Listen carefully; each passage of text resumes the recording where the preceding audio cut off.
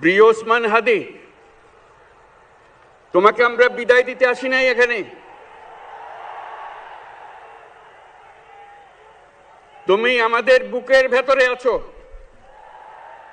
এবং চিরদিন বাংলাদেশ যতদিন আছে তুমি সকল বাংলাদেশির বুকের মধ্যে থাকবে।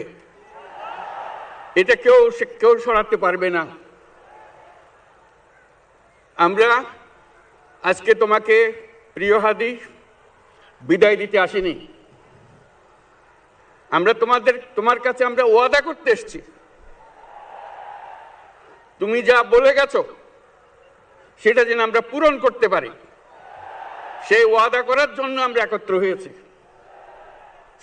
সেই ওয়াদা শুধু আমরা নয়, পুরুষানুক্রমে বাংলাদেশের সব মানুষ পূরণ করবে। সেই ওয়াদা করার জন্যই আমরা তোমার কাছে আজকে এসেছি, সবাই মিলে যে যেখানে আছি।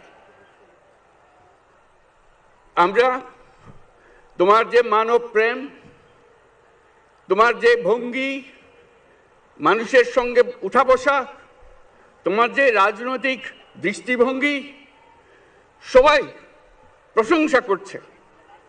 সেটা আমরা মনে প্রাণে গ্রহণ করছি, যে এটা যেন আমাদের মনে সবসময় জাগ্রত থাকে, আমরা সেটা অনুসরণ করতে পারি।